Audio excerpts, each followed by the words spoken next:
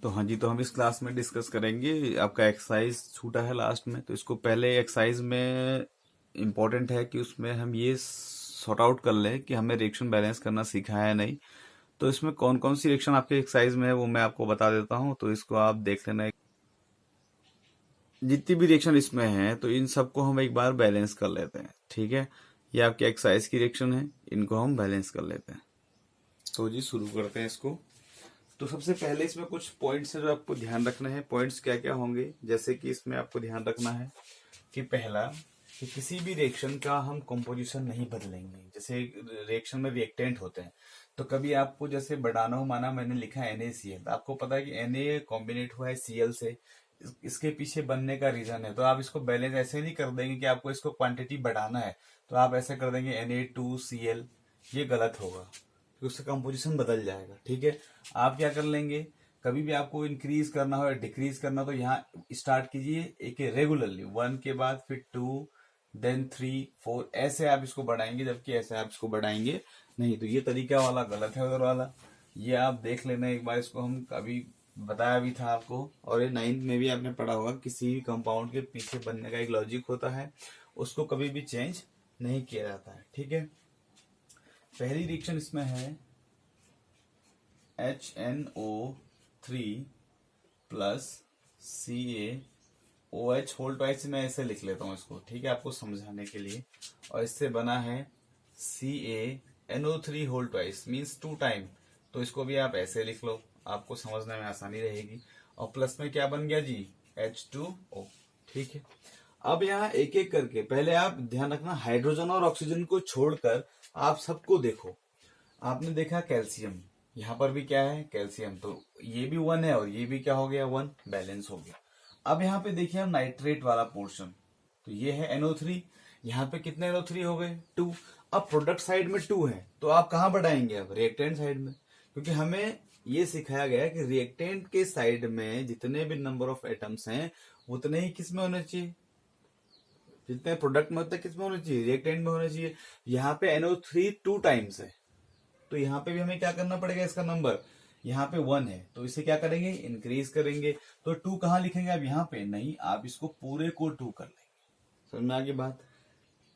जैसे ही आपने यहाँ पे 2 किया, NO3 बैलेंस हो गया, कैल्शियम बैलेंस हो गया। अब बात आती है ऑक्सीजन की और हाइड्रोजन की। यहाँ पर नंबर ऑफ हाइड्रोजन देखो, 2H, 2, और ये किए और एक कितने हो गए, 4। कितने हो गए, 4। इसको आप ध्यान से देखना। और यहाँ हाइड्रोजन कितना है, केवल 2। तो हम इसे 4 कैसे करेंगे, H4O लिखें, नहीं, आप क्या करेंगे, 2H2, ठीक है। तो अब आप इसको बैलेंस करो, हाइड्रोजन बैलेंस हो गया। ऑक्सीजन देखो, 3 2 जा 3, ऑक्सीजन NO3 में 3 यहाँ पे लिखा है ना, तो 3 2 जा 6, 7 और 8, 3 3 6 और 6 एंड 2 कितना हो गया, 8, ठीक है। आप चाहो तो नाइट्रेट को एक साथ बैलेंस कर लो, या आप ऐसे कर लें। अगर आपको समझ में नहीं आता है तो आप इसे कमेंट बॉक्स में लिख के मुझे बता देंगे, सर मुझे यहाँ पर ये पॉइंट समझ में नहीं आया है, ठीक है, जरूर बता देना मुझे। इसके बाद अगली रिएक्शन आपके पास है NaOH प्लस H2SO4। पहले तो लिखना, कई बच्चों को तो लिखना ही नहीं आता है। Na2SO4 प्लस H2O, ठीक है। Sodium hydroxide combined with H2SO4 sulphuric acid and form sodium sulphate plus H2O। तो इस रिएक्शन को बैलेंस कैसे करेंगे, ठीक है। अब फर्स्ट आपको जो बैलेंस करना है, एक्सेप्ट हाइड्रोजन और ऑक्सीजन के, सबको आप पहले क्या कर लेंगे, बैलेंस कर लेंगे। Sodium, number of sodium atom in reactant 1, यहाँ पे कितना है जी, 1 है। आगे तो कुछ लिखा नहीं है तो 1 यहाँ पे, लेकिन कितना है, 2। तो पहले आप, यहाँ 2 है, यहाँ कितना है, 1, इसको बैलेंस कैसे करेंगे, यहाँ भी क्या कर लेंगे, 2। तो आपने क्या कर लिया, 2 कर दिया। इधर सल्फेट SO4 वाला पोर्शन कितना है, देखो एक बात याद रखना, कार्बोनेट, सल्फेट, ठीक है, और नाइट्रेट, इसको आप ना एक साथ ही बैलेंस करना, मतलब इसको कार्बोनेट को बैलेंस करना एक साथ, वरना दिक्कत होगी बाद में। अगर आप थोड़ा सीख जाओगे तो आप एक एक करके सल्फर ऑक्सीजन को, कार्बन ऑक्सीजन को ऐसे ऐसे बैलेंस कर लोगे, लेकिन अभी आप पूरे पोर्शन को पकड़ेंगे। तो यहाँ पे भी सल्फेट हमें मिल गया, तो सल्फेट को पूरा देख लो एक बार। SO4 यहाँ भी है और SO4 इधर भी है। सोडियम हमने बैलेंस कर लिया, अब बचा क्या, बचा ये कि यहाँ पर नंबर ऑफ हाइड्रोजन कितने हो गए, 2। समझ में आ रहा है ना, ये वाला 2 इसका भी तो होगा। जैसे आपने कभी पढ़ा होगा कि 4x है ना, इसको अगर हम 2 से मल्टीप्लाई करेंगे तो दोनों से मल्टीप्लाई होगा। ये बात समझ में आती होगी ना। तो यहाँ पे आप क्या कर, जैसे आपने कभी भी कोई भी चीज पढ़ी होगी, जैसे आप 3+2 पढ़ते हैं और बाहर से इसको आप 4 से मल्टीप्लाई करेंगे तो दोनों से मल्टीप्लाई होगा। आपने देखा होगा कि जो ब्रैकेट से बाहर होगा दोनों के लिए होगा। तो यहाँ पर 2 का मीनिंग NaOH कितनी बार हो गया, 2 टाइम्स। आपने मतलब आप अगर आप स्पून के बेस पे देखेंगे तो दो आपने यहाँ पे, अगर आप NaCl की बात करेंगे तो हमने कितना, एक चम्मच NaCl लिया तो हमने क्या लिख दिया, NaCl। 2 चम्मच लिए तो क्या लिख दिया, 2NaCl। यहाँ पर हम इसको देखेंगे, हमने 2 बार ले लिया तो आप क्या कर लेंगे, इसका मीनिंग होता है कि एक बार NaOH ये हो गया और एक बार दोबारा से क्या लिख लिया आपने, NaOH, इस 2NaOH। ठीक है, ये पहले इंपॉर्टेंट है समझना इनको। तो ये बातें अगर आपके समझ में आ जाएंगी तो ये बहुत अच्छा हो जाएगा फिर। ठीक है, इसको मिटा देते हैं फिर, ये वरना दिक्कत करेगा है। NaOH, H2SO4, Na2SO4 और ये H2, इसको बैलेंस कर रहे हैं हम। ठीक है, Na हो गया। अब आप बात कर रहे थे हाइड्रोजन की, तो नंबर ऑफ हाइड्रोजन 2, 2 2 4, लेकिन यहाँ पर हाइड्रोजन तो है नहीं। अभी 4 कैसे होगा, इसको आप क्या कर लेंगे आगे से, 2 2 2 जा कितना हो गया, 4। Hydrogen balance. ऑक्सीजन देखो कुछ चीजें खुद ब खुद बैलेंस हो जाएगी। मैं ये क्यों कह रहा हूँ कि हाइड्रोजन और ऑक्सीजन को आप लास्ट में बैलेंस करेंगे, क्योंकि वो अपने आप बैलेंस होने की पॉसिबिलिटी होती है। देखो 2 ऑक्सीजन है ना, यहाँ पे कितना हो गया, 4 O4 है ना। अगर बात समझ में आ रही है, जैसे माना हमने लिखा NO3, तो यहाँ पर नाइट्रोजन 3 नहीं है, ये केवल ये 3 किसके लिए लिखा गया, केवल ऑक्सीजन के लिए। अगर यहाँ पे ब्रैकेट लगाता है तो इसका मीनिंग होता है कि ये 2 दोनों के लिए होगा। ये बात समझ में आ रही है ना। तो ये आप ध्यान रखना कि O3 का मीनिंग एक पर्टिकुलर ऑक्सीजन के लिए, क्योंकि आपने 2 ऑक्सीजन जोड़े हुए हैं। ठीक है, जैसे तो हाइड्रोजन बैलेंस हो गया। ऑक्सीजन की बात करेंगे, 2 यहाँ पे हो गए और यहाँ पे कितने हो गए, 4 4 and 2 6। यहाँ पे देखो O4 और यहाँ पे इसके लिए आगे से क्या लिखा हुआ है, 2 4 and 2 6। ठीक है, अगर इसके बावजूद समझ में नहीं आता तो प्लीज आप मुझे बता जरूर देना। और एक बार ये बहुत इंपॉर्टेंट है क्योंकि ये आपके आगे काम आएगा। आपको 11th 12th में आपको रिएक्शन जब भी बैलेंस करनी होगी तो ये सब काम आने वाला है। ठीक है, 2 रिएक्शन हमने बैलेंस कर दी है। इसके बाद आप खुद ही प्रैक्टिस करना। मैं एक रिएक्शन ये वाली बता दे रहा हूँ, NaCl वाली मैं छोड़ दे रहा हूँ। ठीक है, वो आसान है, आप इसको एक बार बनाने की प्रैक्टिस करो। मैं आपको बता दे रहा हूँ, BaCl2 वाला barium chloride react with sulphuric acid H2SO4 and form gives BaSO4 और साथ में क्या दे देगा ये HCl। तो आप एक ये भी देखो, जब आपका 10th है तो आप ये भी सोचेंगे कि रिएक्शन किसका एग्जाम्पल हो सकता है। देखो इन दोनों में आपस में Ba के साथ पहले कौन था, Cl। हाइड्रोजन के साथ कौन था, सल्फेट। अब Ba के साथ सल्फेट आ गया और हाइड्रोजन के साथ क्लोराइड आ गया, मीन्स आपस में क्या हो गए, इंटरचेंज हो गए। तो these types of reaction are called क्या, डबल डिस्प्लेसमेंट। ठीक है, तो इसके बाद इसको बैलेंस कैसे करेंगे भाई। तो पहले मैंने क्या कहा, ऑक्सीजन हाइड्रोजन छोड़ दो, उसके अलावा जो दिखे उसको बनाओ। बेरियम एक है जी, इधर इधर भी क्या हो गया, एक हो गया, गुड। क्लोरीन इधर 2 है, इधर 1 है, इसको आप क्या कर लेंगे, 2 कर लेंगे, 2 हो गए बराबर, ये काम निपट गया। सल्फेट इधर जी 1 है, इधर भी कितना हो गया, 1 है। हाइड्रोजन इधर 2 है, इधर भी कितना हो गया, तो मेरे ख्याल से रिएक्शन बैलेंस हो गया। तो बड़ा आसान भी क्वेश्चन आपको कभी कभी मिल जाता है, तो ये ऐसे आप कर लेंगे। दूसरा एक टाइप, अब इसको क्या कर देगा, थोड़ा सा इसको टफ बनाने के लिए क्या कर देता है, कभी कभी आपको सेंटेंस फॉर्म में लिख देगा। जैसे इसमें लिखा हुआ है, बैलेंस द फॉलोइंग रिएक्शन। ठीक है, calcium hydroxide combined with carbon dioxide and form calcium carbonate and water.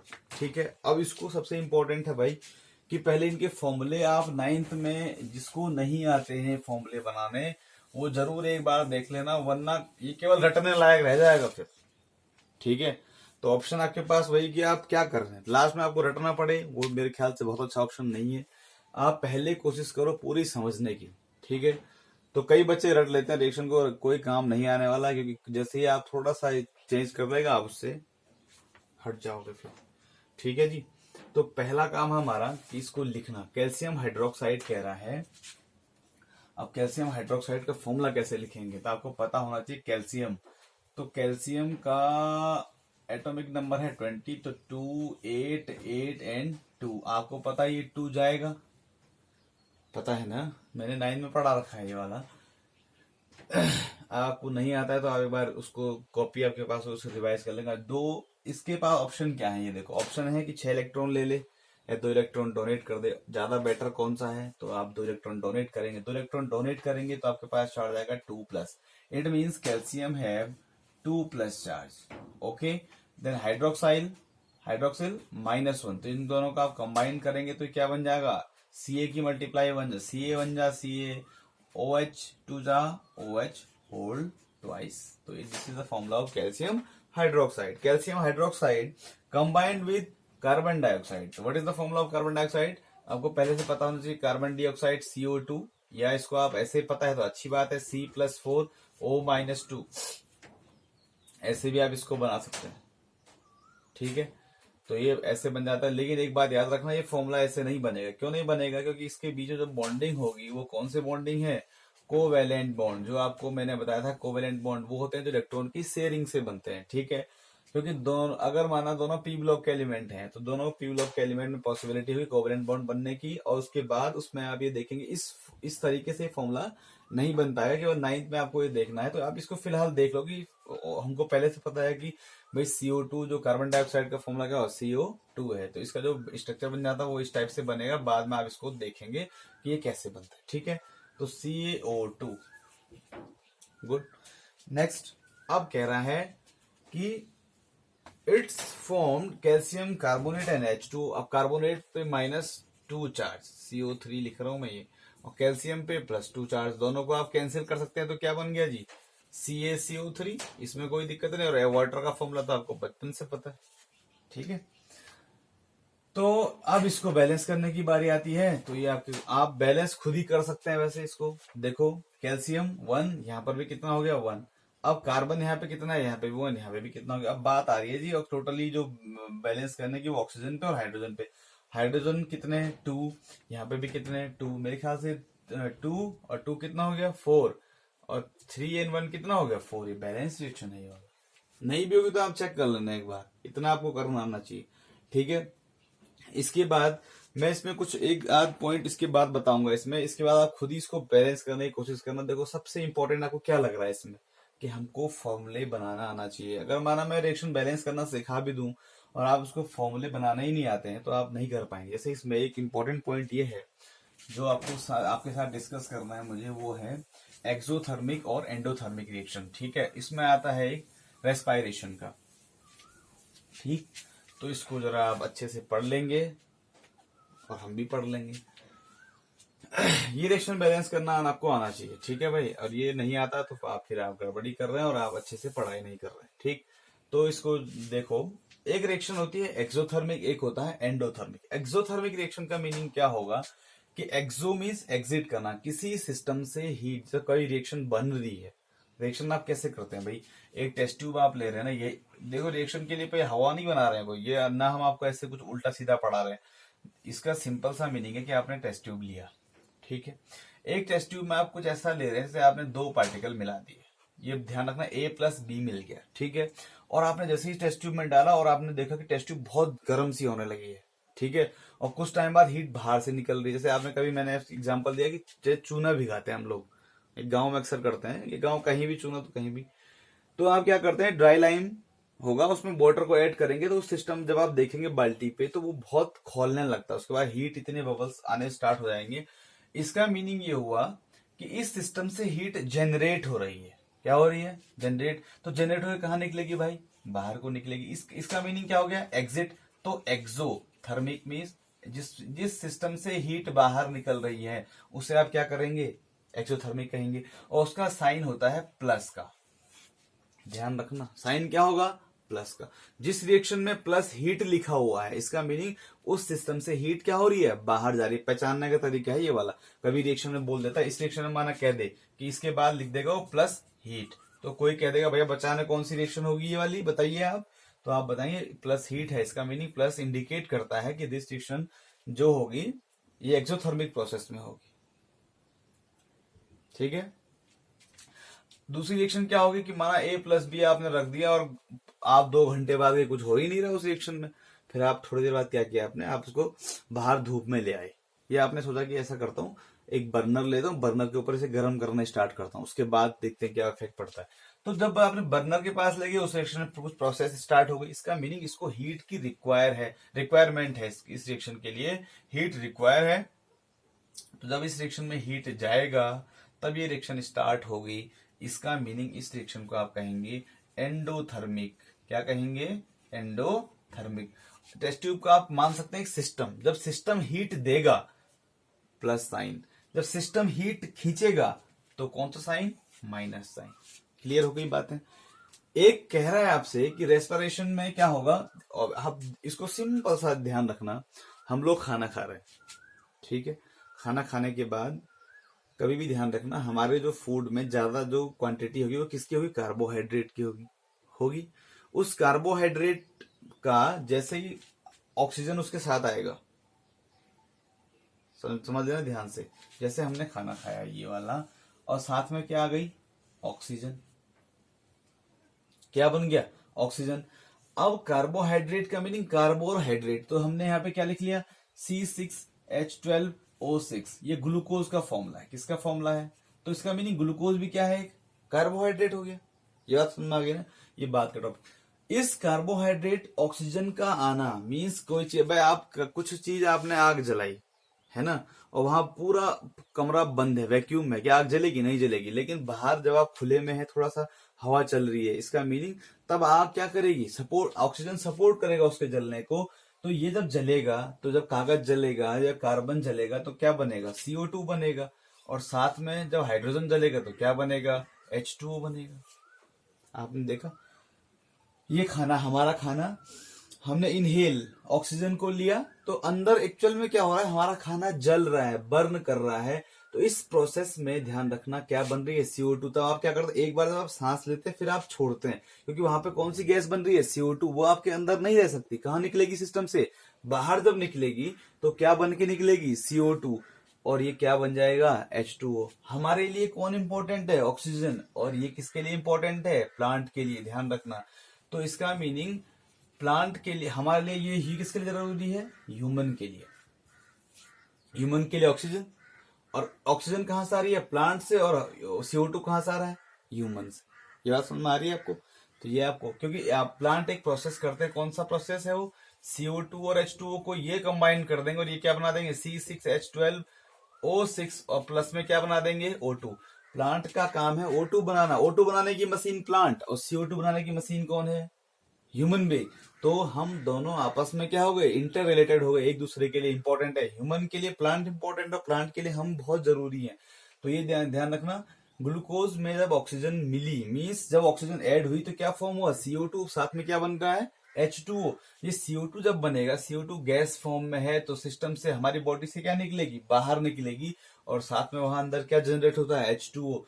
तो ये बात ध्यान रखना, जब आप सांस कभी लेते हैं, इनहेल थोड़ा देर अंदर रखेंगे, फिर आप क्या करते हैं? बाहर। तो आपने कभी देखा होगा थोड़ा सा हीट रिलीज होती है, आपको थोड़ा गर्माहट महसूस होगी, तो यहाँ पे आप क्या लिख देंगे?